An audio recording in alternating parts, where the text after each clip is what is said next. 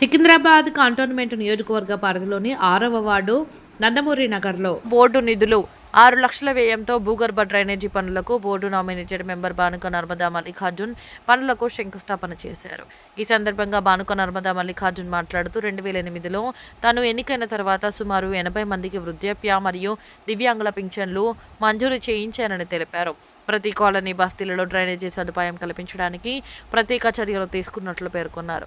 ఆ సమయంలో త్రాగునీటి సరఫరా ట్యాంకర్ల ద్వారా జరగడంతో అనేక ప్రమాదాలు సంభవించాయని, ఈ సమస్యను దృష్టిలో ఉంచుకుని అప్పటి సీఈఓ సుజాత గుప్తా గారికి వివరించగా వెంటనే ₹1 కోటి పైప్ లైన్ కోసం మంజూరు చేయడం జరిగిందని, అనంతరం పైప్ లైన్ పనులకు శంకుస్థాపన జరిగింది. కానీ ఆ వెంటనే ఎన్నికలు రావడంతో ఆ సమయంలో పనులు పూర్తి కాలేదు అన్నారు. ప్రస్తుతం జరుగుతున్న డ్రైనేజీ పనులతో పాటు స్థానిక పార్లమెంటు సభ్యులు ఈటెల రాజేందర్ సహకారంతో మరియు కంటోన్మెంట్ బోర్డు మార్గదర్శకత్వంలో మరిన్ని అభివృద్ధి కార్యక్రమాలు త్వరలో చేపడతామని తెలిపారు.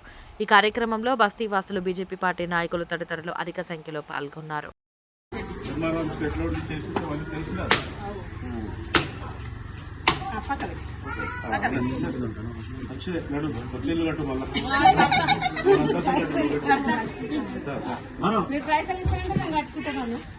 $5 లక్షలు ఇస్తుంది కదా డబుల్ బెడ్రూమ్.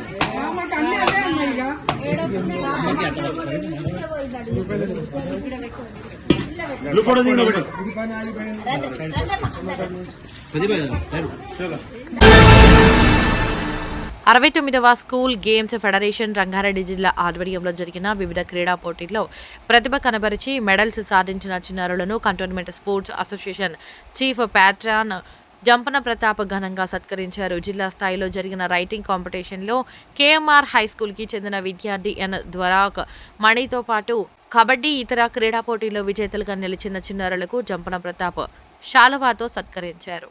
ఈ సందర్భంగా జంపన ప్రతాప్ మాట్లాడుతూ కంటోన్మెంట్ స్పోర్ట్స్ అసోసియేషన్ ఆధ్వర్యంలో క్రీడాకారులకు తగిన ప్రోత్సాహం అందజేస్తున్నట్లు తెలిపారు.